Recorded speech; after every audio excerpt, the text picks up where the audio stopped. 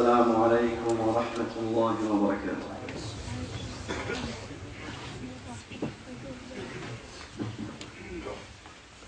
الله أكبر الله أكبر الله أكبر الله أكبر. أشهد أن لا إله إلا الله. أشهد أن لا إله إلا الله. أشهد أن محمدا رسول الله. أشهد أن محمدا رسول الله. حي على الصلاة حي على الصلاة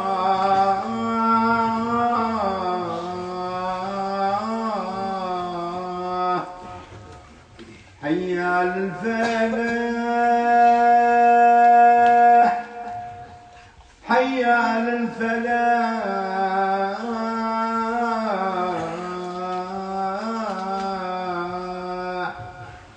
الله أكبر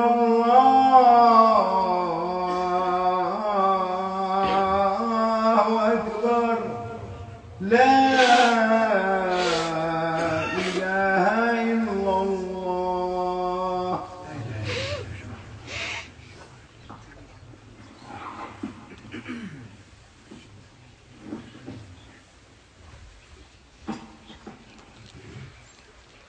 إن الحمد لله نحمده ونستعينه ونستغفره ونعوذ بالله من شرور أنفسنا ومن سيئات أعمالنا. من يهده الله فلا مضل له ومن يضلل فلا هادي له. وأشهد أن لا إله إلا الله وحده لا شريك له وأشهد أن محمدًا عبده ورسوله صلى الله عليه وعلى آله وصحبه أجمعين. يا أيها الذين آمنوا اتقوا الله حق تقاته ولا تموتن إلا وأنتم مسلمون. يا أيها الناس اتقوا ربكم الذي خلقكم من نفس واحدة وخلق منها زوجها وبث منهما رجالا كثيرا ونساء. واتقوا الله الذي تساءلون به والأرحام إن الله كان عليكم رقيبا. يا أيها الذين آمنوا اتقوا الله وقولوا قولا سديدا يصلح لكم أعمالكم ويغفر لكم ذنوبكم ومن يطع الله ورسوله فقد فاز فوزا عظيما. أما بعد، فإن أصدق الحديث كتاب الله وخير الهدى هدى محمد صلى الله عليه وسلم وشر الأمور محدثاتها وكل محدثة بدعة وكل بدعة ضلالة وكل ضلالة في النار. أيها المسلمون عباد الله، je vous recommande ainsi qu'à moi-même la crainte d'Allah Azza wa Jal, car celui qui craint Allah doit savoir qu'Allah tabaraka wa ta'ala le guidera. Celui qui craint Allah doit savoir qu'Allah tabaraka wa ta'ala lui donnera sa subsistance de là où il ne s'y attend pas. La crainte d'Allah, c'est le fait d'obéir à Allah tabaraka wa ta'ala avec science et en espérant sa récompense. Et la crainte d'Allah, c'est aussi le fait de délaisser la désobéissance avec science, donc en apprenant les péchés pour ne pas tomber dedans, et cela en craignant son châtiment. Chers serviteurs d'Allah Azza wa Jal, le mois de Rajab, le mois dans lequel nous vivons, nous rappelle qu'un invité approche à grands pas. Le mois de Ramadan, Le mois de Rajab, c'est le mois qui précède le mois de Sha'ban, qui lui-même précède le mois de Ramadan. Alors à nous de préparer l'arrivée de ce mois béni, l'arrivée du mois de Ramadan, car le mois de Ramadan, nous devons dès maintenant saisir et tout donner à cette occasion d'œuvrer et de profiter, car le mois de Ramadan, premièrement, nous ne savons même pas si nous allons vivre jusqu'à ce mois de Ramadan. Et si Allah tabaraka wa ta'ala nous prête vie, si Allah azza wa jal nous donne la vie jusqu'au mois de Ramadan, il est possible que cela soit notre dernier Ramadan. Alors, préparons-le. Et sachons ensemble que le mois de Ramadan a une très grande particularité avec le Coran. Le mois de Ramadan est en lien direct avec le Coran. C'est le mois durant lequel le Coran a été révélé. Allah tabaraka wa ta'ala dit Shahr Ramadan alladhi unzila fihi al-Qur'an.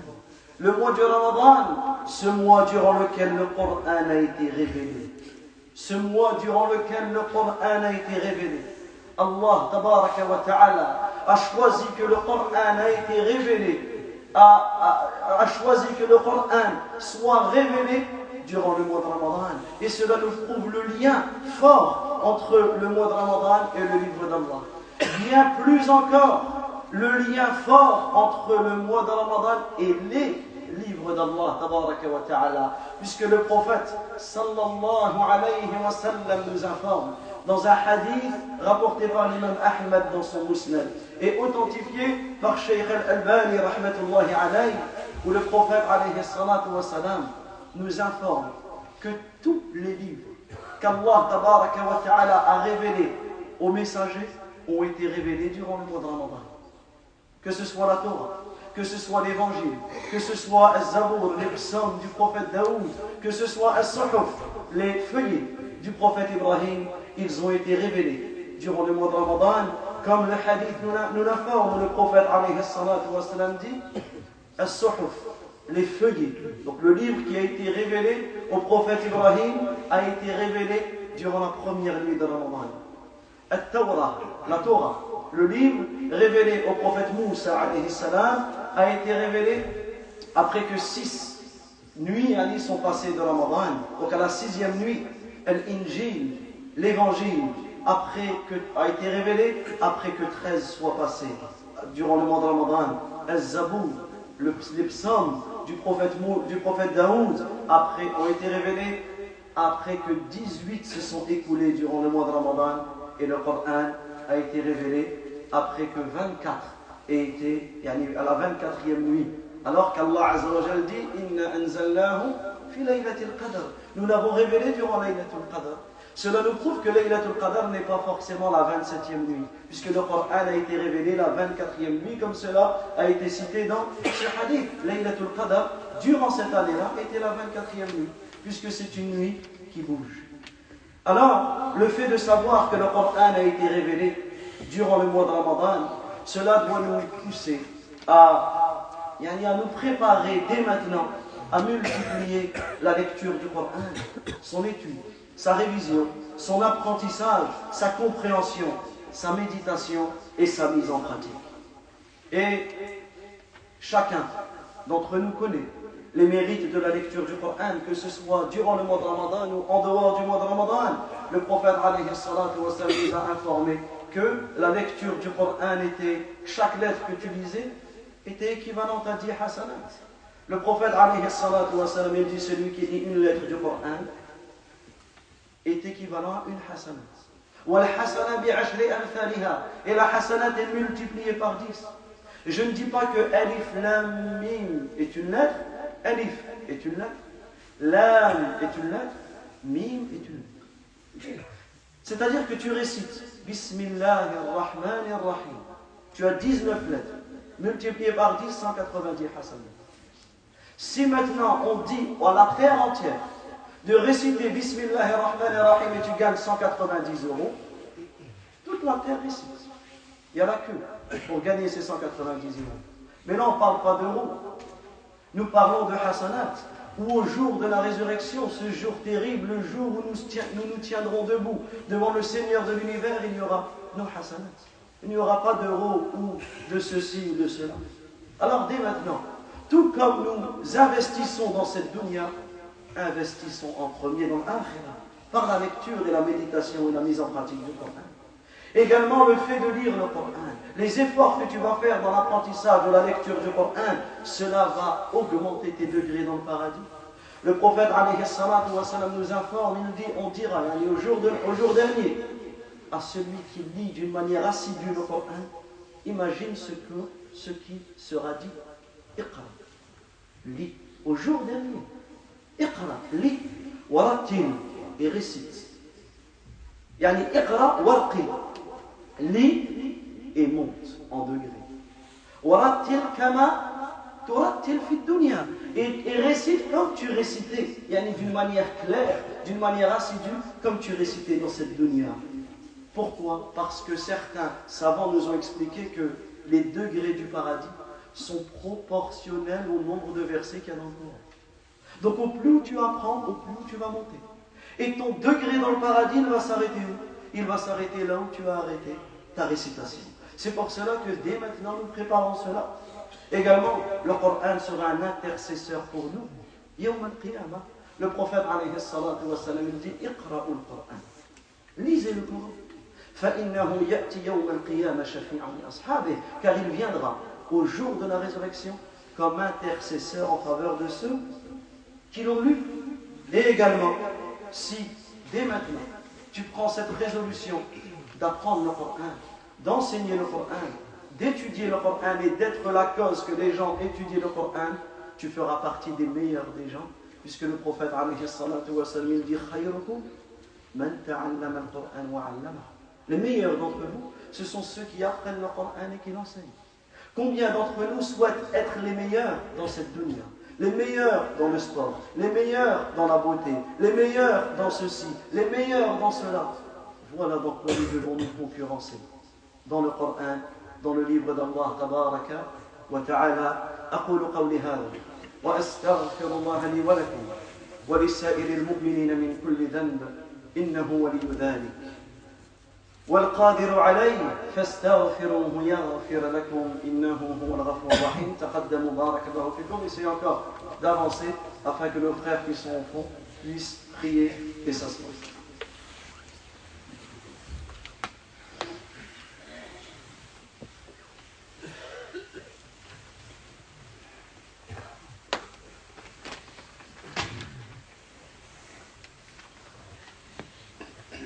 الحمد لله رب العالمين الرحمن الرحيم مالك يوم الدين وأصلي وأسلم على أشرف الأنبياء والمرسلين نبينا محمد وعلى آله وصحبه أجمعين أما بعد أيها المسلمون عباد الله chers serviteurs d'Allah tabaraka wa ta'ala, l'arrivée du mois de Ramadan est une grande occasion afin de renouer avec le livre d'Allah Azza wa Jalla. Et le prophète sallallahu alayhi wa sallam ainsi que nos pieux prédécesseurs donnaient une importance capitale au Coran durant toute l'année et encore plus durant le mois de Ramadan, que ce soit dans leur prière ou autre. Et citons quelques exemples afin de nous motiver. Même si nous ne sommes pas comme eux, l'objectif c'est d'y ressembler. Al-Aswad, il clôturait le Coran durant le mois de Ramadan toutes les 2 nuits. Al-Nakha'i, rahmatullahi alayhi, il faisait cela pour toutes les 2 nuits pendant les 2 premières décades, pendant les 20 premiers jours du mois de Ramadan.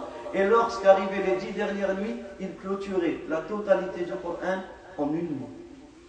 Qatada, rahmatullahi alayhi, toute l'année, il clôturait le Coran tous les 7 jours.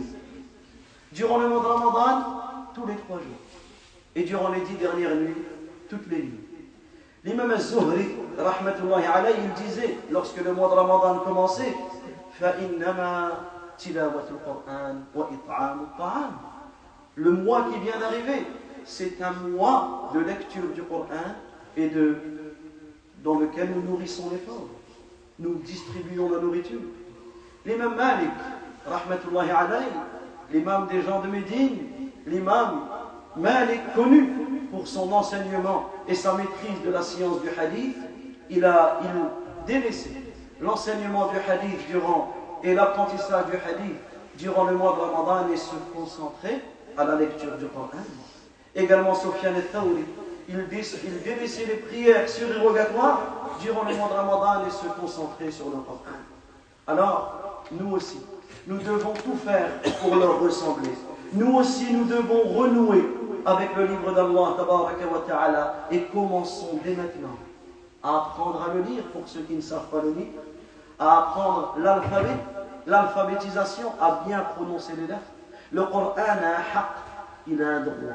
Et parmi les droits du Coran, c'est le fait que l'on récite chaque lettre convenablement, que l'on ait les bonnes prononciations. Également, on se doit d'avoir une part dans nos vies où tu t'assois devant quelqu'un et il te corrige tes sourates. Ne te laisse pas comme ceci avec des sourates que tu ne t'es jamais fait corriger. Fais-toi corriger tes bonnes prononciations. Également, tu te dois d'apprendre les règles de lecture. Tu te dois de réviser les sourates que tu as apprises et les sourates que tu as oubliées.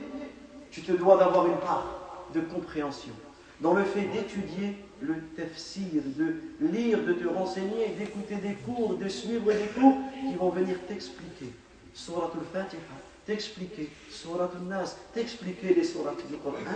Également, nous devons avoir une part dans la méditation.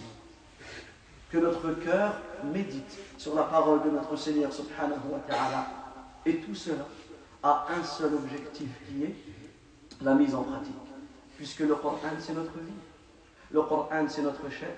Le Coran c'est notre sang. Le Coran c'est notre honneur. Le Coran c'est notre vie tout entière. Et le Coran sera notre mort. Voilà pourquoi nous terminons avec un message à deux catégories de personnes. La première catégorie de personnes à qui je m'adresse, c'est ceux qui savent lire le Coran, mais qui ne le lisent pas. Combien d'entre nous savons lire le Coran? On te pose le mushaf devant toi, tu ouvres et tu lis. Certains ont même la capacité d'étudier le tafsir et de le comprendre, mais ils ne le font pas. Quelle perte, quel gâchis. Quel gâchis. Tu as un trésor entre tes mains. Tu as un pactole de hasanat entre tes mains. Mais non. On passe dans les futilités et notre cœur devient lourd lorsque on doit ouvrir le mushaf. Ça, c'est un gâchis et une grande perte. Alors, réveillons-nous. Deuxième catégorie de personnes, c'est ceux qui ne savent pas lire le Coran. Parce que le Coran, c'est en langue arabe. Ce que tu lis en français, c'est bien. Lis. Apprends ta religion. Mais tu ne peux pas dire que ce que tu lis en français, c'est le Coran. Non. La parole d'Allah, elle est en arabe. Donc, à chacun d'entre nous, d'apprendre les lettres, d'apprendre la bonne prononciation, d'apprendre à le lire. Alhamdulillah, nous remercions Allah tabaraka wa ta'ala. Dans cette mosquée, il y a des cours tous les soirs. Ça ne veut pas dire que tu es obligé de venir tous les soirs, en fonction, mais tu peux bien quand même débloquer ne serait-ce qu'un soir, ou deux, ou trois, en fonction de ton envie. Tous les soirs entre le Maghreb et l'Isha, nos frères, hafidahumullah, qu'Allah tabaraka wa ta'ala leur accorde le succès ici-bas et dans l'au-delà, donnent de leur temps, puisqu'ils ont compris l'investissement. Ils investissent plutôt de leur temps pour vous enseigner à lire, pour vous enseigner à lire le Coran et à vous préparer de la meilleure manière à lire le Coran durant le mois de Ramadan et en dehors du mois de Ramadan. Donc que chacun d'entre nous fasse l'effort afin de renouer avec le livre d'Allah. هذا وصلوا وسلموا على رسولنا الكريم محمد بن عبد الله صلوات الله وسلامه وبركاته عليه كما أمركم الله جل وعلا في كتابه إن الله وملائكته يصلون على النبي يا أيها الذين آمنوا صلوا عليه وسلموا تسليما وقال صلى الله عليه وسلم من صلى علي واحدا صلى الله عليه بها عشرا اللهم صل على محمد وعلى آل محمد كما صليت على إبراهيم وعلى آل إبراهيم إنك حميد مجيد وبارك على محمد وعلى آل محمد كما باركت على إبراهيم وعلى آل إبراهيم إنك حميد مجيد اللهم إنا نسألك الهدى والتقى والعفة والغنى. اللهم إنا نسألك الجنة وما قرب إليها من قول أو عمل، ونعوذ بك من النار وما قرب إليها من قول أو عمل. ربنا آتنا في الدنيا حسنة وفي الآخرة حسنة وقنا عذاب النار. يا مقلب القلوب ثبت قلوبنا على دينك. يا مسرف القلوب صرف قلوبنا على طاعتك. اللهم إنا نسألك الفردوس الأعلى من الجنة برحمتك يا أرحم الراحمين، يا أجود الأجودين، يا رب العالمين. اللهم أعتق رقابنا من النار، اللهم أعتق رقابنا من النار، اللهم أعتق رقابنا ورقاب آبائنا وأمهاتنا وأزواجنا وذرياتنا وإخواننا من النار. اللهم احفظ المسلمين في كل مكان، اللهم احفظ المسلمين في كل مكان، اللهم احفظ المسلمين في كل مكان. اللهم اشف مرضانا ومرضى المسلمين، وارحم موتانا وموتى المسلمين. وصلى الله وسلم على نبينا محمد وعلى آله وصحبه أجمعين.